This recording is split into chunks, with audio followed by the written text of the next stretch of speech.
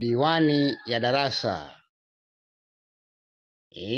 Imeingia janibu nuru yenye kwaoni, imekuja kututibu maumo tulosheni. Cha maongozi kitabu anachikipokeni, ni diwani ya darasa mgeni tumkaribu. Kumpokea wajibu amekuja tuisaini, tungizi kuziratibu kwa bari na mizani, pamwe kufunza mashubu tulowata ikhwani. Ni diwani ya darasa mgeni tumkaribu. Amekuja kututibu na kuzifunguza mboni, tusifanye uharabu kushusha tungo thamani.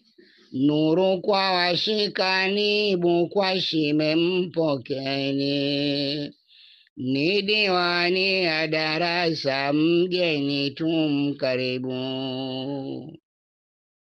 Buruji akutanibu zimemile humo ndani, na mafunzo ya Wahabu hakuwatahamkani.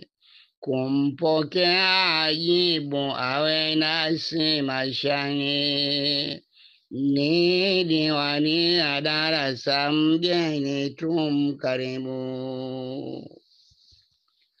Jamati ndimi atibu niliwaleteni, mkanyajini sogubu nilozamia mbekoni. Mgeni wetu labibu tumkaribu nyumbani, ni diwani ya darasa mgeni tumkaribu. Haswa hili ni darasa. Hii ni diwani ya darasa, imekuja kuwaokoa watu ambao wanapenda mashairi.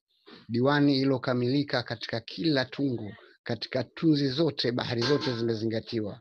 Ni wajibu wako sasa kuitafuta diwani ya darasa, walao uburudike, ujifunze na kuelimika.